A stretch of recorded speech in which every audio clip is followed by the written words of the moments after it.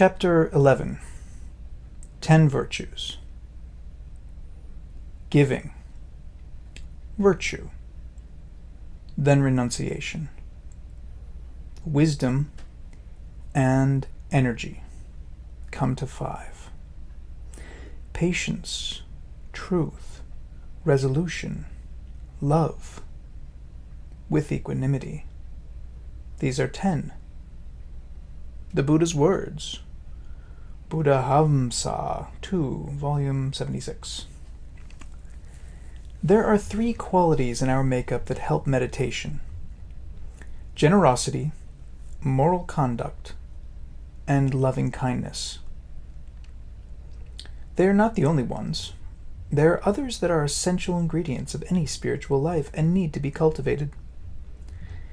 These 3 qualities are called paramis, from parama, which means supreme. We have their seed in us. If that were not so, we would be cultivating barren ground.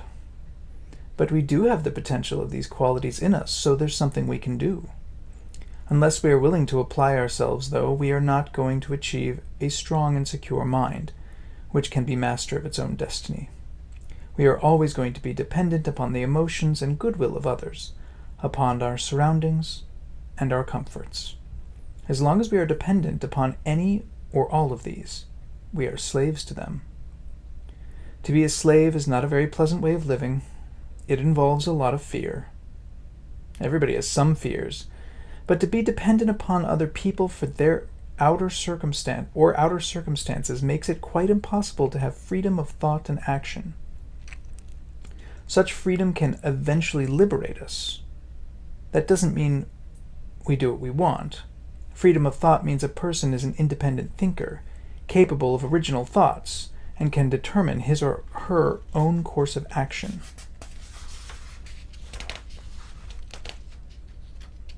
Generosity. The spiritual qualities we need to cultivate start with generosity.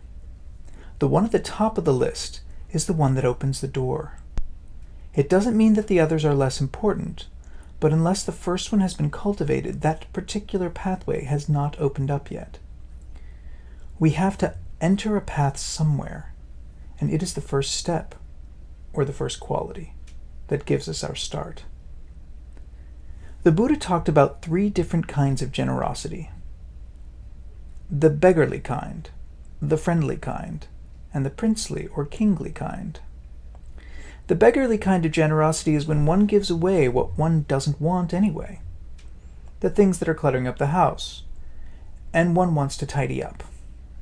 Giving away these things, while better than nothing, isn't very generous, because one is not diminishing one's own wants and attachments in any way. The friendly kind of generosity occurs when we share what we have.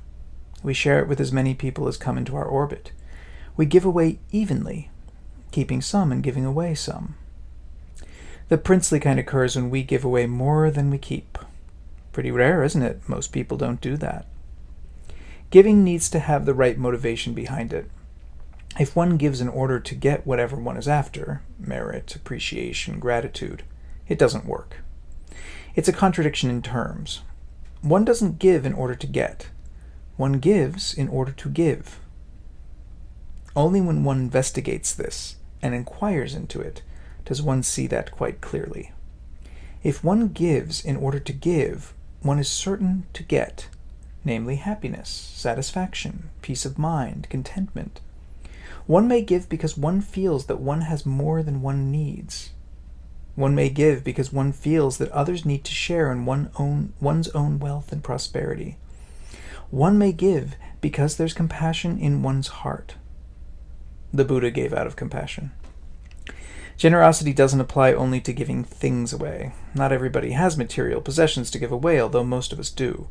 In fact, most people have so many more belongings than they can remember that they only find them when they prepare to move house.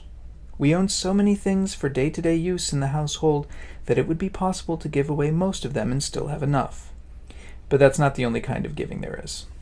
There is the giving of one's time, one's attention, concern, care, and the sharing of one's skills and abilities.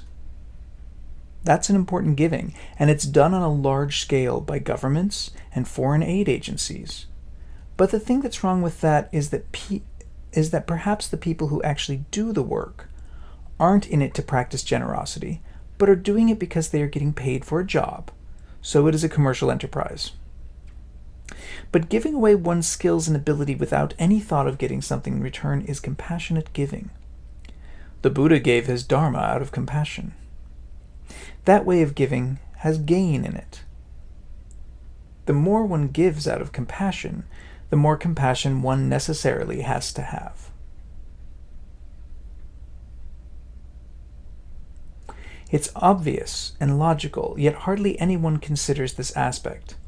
Some people give to gain goodwill from others, but the more one gives out of goodness of one's heart, the more goodness one obviously must have. Generosity of any kind diminishes the ego, and that is why it is the first of the 10 virtues that need to be cultivated and protected. When the Buddha was still a bodhisattva aiming at enlightenment, those were the qualities that he perfected, and there are many stories about this in the Jataka, Tales of the Buddha's Former Births. The generosity of bodhisattvas goes as far as giving their own lives.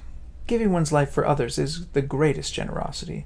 It is almost impossible for ordinary people to do that, but there are degrees of giving, and a little giving diminishes the ego a little. A lot diminishes it a lot, if the right motivation is behind it. Diminishing the ego is the essence of the pathway to purification and leads to the eventual actual experience of non-self. One can't hope, wish, or imagine that one can experience this unless one has started to do something about one's own egocentricity. How would it be possible? Generosity is an excellent beginning. Moral conduct. Next comes moral conduct, which concerns keeping the 5 precepts. They are directed at the diminishing of eventual overcoming of hate and greed. Diminishing hate and greed is another way of diminishing ego, because they can only arise due to the ego delusion. All the Buddha's teachings go in the same direction. Sometimes people find it confusing that there are so many different discourses in which the Buddha approached spiritual emancipation. Yet it's like a huge jigsaw puzzle. When a few of the pieces fall into place, the whole makes one matching picture.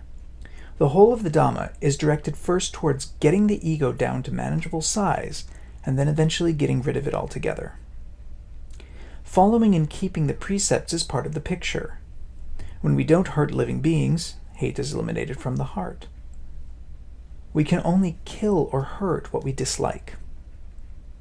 When we don't take what's not given, we reduce greed. Only when there's greed will we take what's not ours.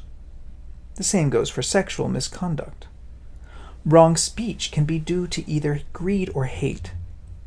Drugs and intoxicants are most often greed for pleasant sensations that appear to be easily obtained in this way. Renunciation. Then comes renunciation. Renunciation is often thought of as being something for monks, nuns, yogis, or special people who live in caves. But that is not the only way to understand it. Renunciation means renouncing one's ego aspirations, and unless we do some of that during meditation, meditation will not flourish. The ego likes to be entertained and reaffirmed constantly. When it is made to be quiet and not do anything interesting, it objects quite vehemently and tries to circumvent the situation by finding something to support it, such as talking, reading, daydreaming, anything to keep it going. Unless we renounce these tendencies, meditation cannot succeed. In the same way, all the virtues are supports for meditation. All of them strengthen one's backbone. Meditation needs a strong backbone, not only for sitting straight, but also for thinking straight. Renunciation is part of any spiritual path. It means letting go of our idea of who we are, of what we want to become, of what we want to have. These are ego identifications that constantly reaffirm me and are going in the wrong direction. What we think we own, my house, my furniture, my husband, my wife, my children, my relatives, my car, my job, my office, my friends, makes the me feel more secure because it constitutes a support system. It gives the ego an illusory stability. None of the people or possessions are permanent, though. All are constantly on the verge of disappearing. If there were reality to this stability, then the bigger the house or the car, or the more friends or children, the more wives or husbands, the more secure one would be. Yet having all these people and things just brings more worries and problems. Imagine having 10 husbands instead of one. Perish the thought. Another one of our misconceptions as to what makes us secure. What we like to surround ourselves with is the I, me, and mine making. Our concepts make it so because obviously we can't own anyone. People die at the most inopportune moments, marry the wrong people, and go away without so much as a bye. They go away without so much as a bye or leave. They make their own karma, yet we still call them mine and actually believe them to belong to us. As soon as we believe that, then we hang on to them for dear life. They have to remain mine. This is our identification process with our family, our job, and the things we own. Instead of just being one me, we have grown and are embedded in several people, a job, a house, and all that goes with it. So we look somewhat larger. To renounce this identification is a very important step. Only if one stands alone can one actually practice the path. That doesn't mean one has to throw everyone out of one's house, but as long as one is dependent upon what somebody else says, thinks, or does, how can one practice for one's own freedom? Without this identification, the ego returns to its normal size, just one me, and that's all. It doesn't mean that the ego has been eliminated, but it has become more manageable again. One body, one mind, without owning and identifying with a lot of people and things. Becoming something or someone, even an excellent meditator, is another ego affirmation. Instead of being right now and being totally attentive to what there really is, one wants to become, which is in the future. What is there to say about the future? Nothing. The future is a complete blank. But being, right now, is something we can attend to with total awareness. To become something more than what one is, an excellent meditator, a boss, famous, rich, beloved, makes the ego a bit bigger again.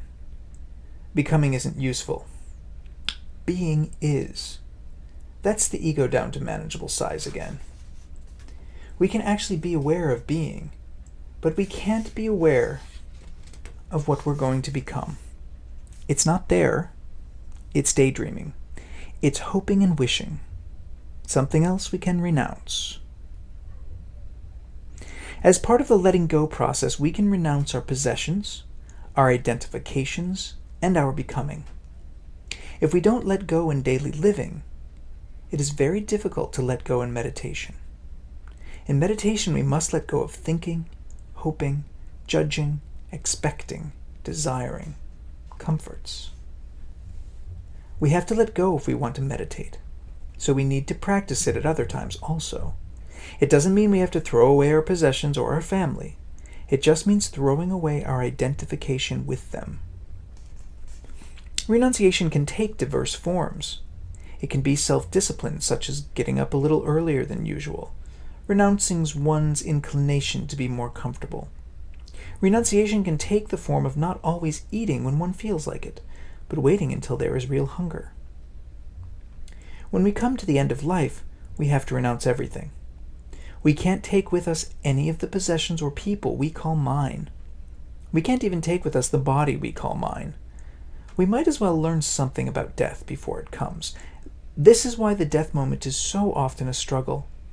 Some people die peacefully, but many do not because they're not ready to renounce everything.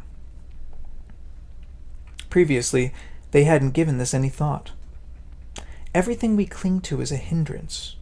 an obstacle. If I were to keep on clinging to this pillow here, I couldn't get out of that door. We mostly cling to other people, and that needs to be renounced.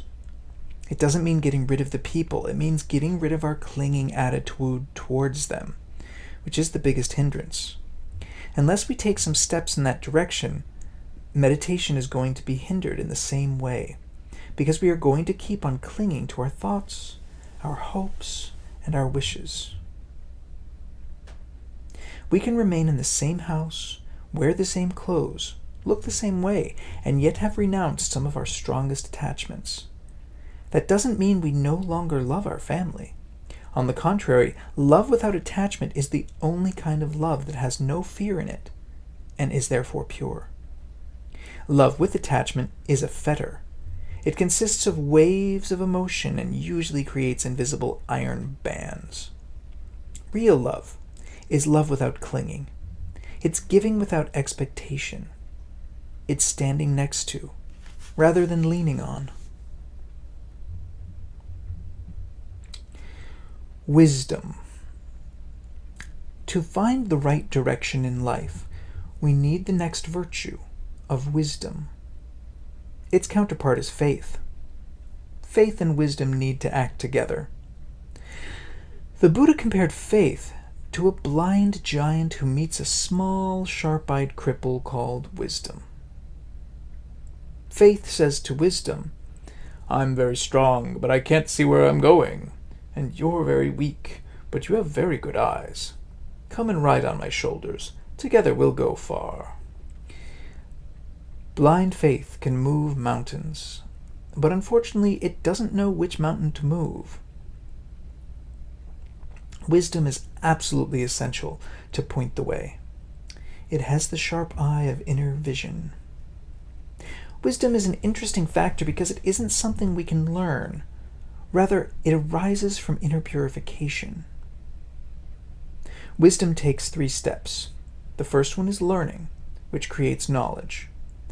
That is available in schools, universities, colleges, books, and in the words of learned people. Then we must digest those words and thereby make them part of our own inner being. When one digests food, what the body can't use is evacuated. What the body can use is fed into the bloodstream and produces energy. When we have knowledge, we can do the same. We can digest it, let go of what we can't use, and take the best into our bloodstream. It may eventually transform itself into wisdom, just as the digested food has transformed itself into the fuel that keeps the body running. This is an inner transformation that doesn't necessarily mean that we have to ingest or digest enormous tomes of knowledge. It's not the quantity, but the quality, and even that has its parallel in food. Chewing over and swallowing information precedes the digestion of it.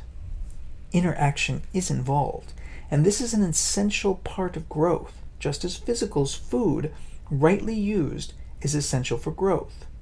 If there's no interaction concerning the Buddha's teaching, it will always belong to the Buddha and the Sangha.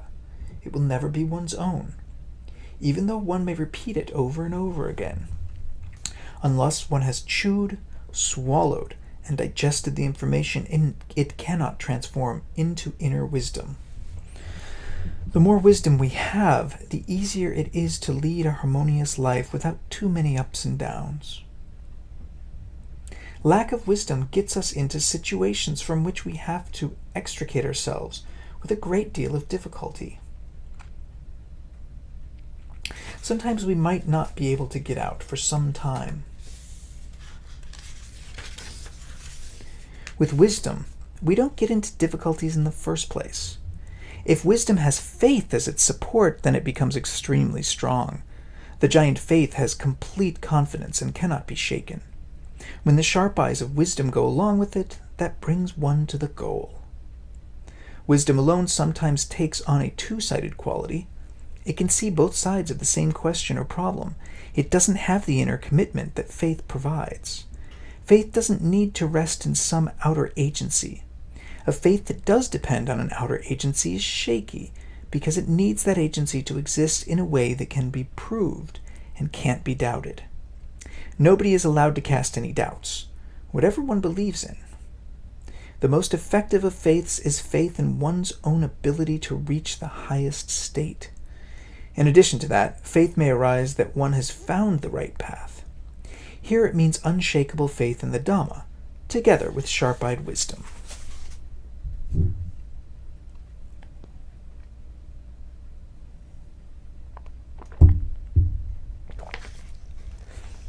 The next is energy, which one can compare to the fuel that keeps the motor running.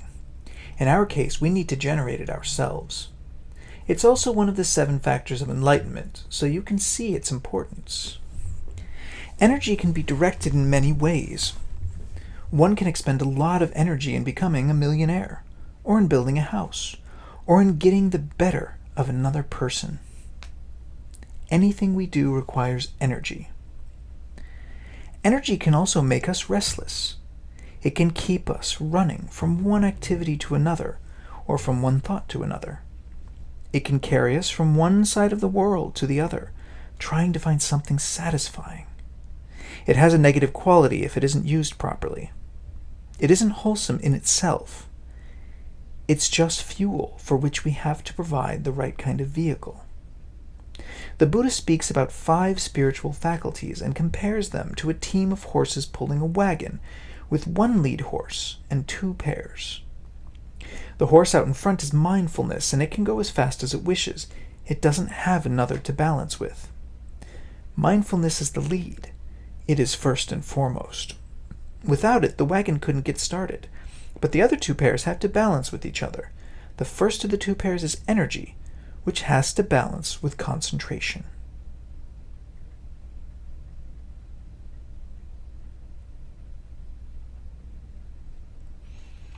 Concentration settles one down. If there is only concentration and no energy, one becomes drowsy. One can become apathetic and lethargic. It can become concentration without mindfulness, because there isn't enough energy to be awake and aware. That kind of concentration isn't useful. It needs energy to balance with. But energy without concentration is also useless because it can make one so restless that one always has to do something. Energy has to have a direction. It's no use putting the fuel into the vehicle, getting it started, but not knowing where to go with it. That's a waste of fuel, isn't it? Since we have one energy crisis after another on this globe, it's a shame to waste any fuel, isn't it? We need to make sure we know where this vehicle of ours is going. It should have one direction only. Upward, toward the growth to attain a higher, more elevated consciousness. When one grows, one gets a more expanded vision. When we grow enough, we can get a bird's eye view. When such mental and spiritual growth has been achieved and we can look down at everything from above, what is happening below no longer affects us. Whether there is a flood or a drought or even an earthquake on this globe of ours, or a spaceship up in space, or our consciousness won't be affected. It has a bird's eye view of it. With that kind of view, we see the whole instead of the particular. We can, if we're up far enough in space, see the whole of this globe down below. While we're down here physically, just all we can see is this room. The same applies for our inner vision. Our contracted vision can see only what is directly in front of it. The aches and pains of the body, the fears and worries about the future, the regrets about the past, the likes and dislikes, the people around one. That's all it can see because it doesn't have an expanded vision. But when it grows, it can see suffering as universal. And it no longer bothers with worries and fears because it knows future and past to be one existence. There's only one moment. Energy needs single-minded, one-pointed direction in order to get any results. To meditate takes a surprising amount of mental energy, the only energy in this universe. Everything physical is an outcome of mental energy. When meditation becomes skillful, the expended mental energy is no longer a strain. On the contrary, the opposite happens. New energy is absorbed through meditation. Energy is especially necessary to overcome one's instincts. Instinctual living is for animals. We are further evolved and must therefore use reflection. Yet we see a lot of instinctive reactions in ourselves and others. It takes much energy to overcome them because reacting instinctively is so much a part of our nature. What is absolutely natural to us, that which comes so easily, is what we need to transcend. To be an ordinary worldling means to have suffering.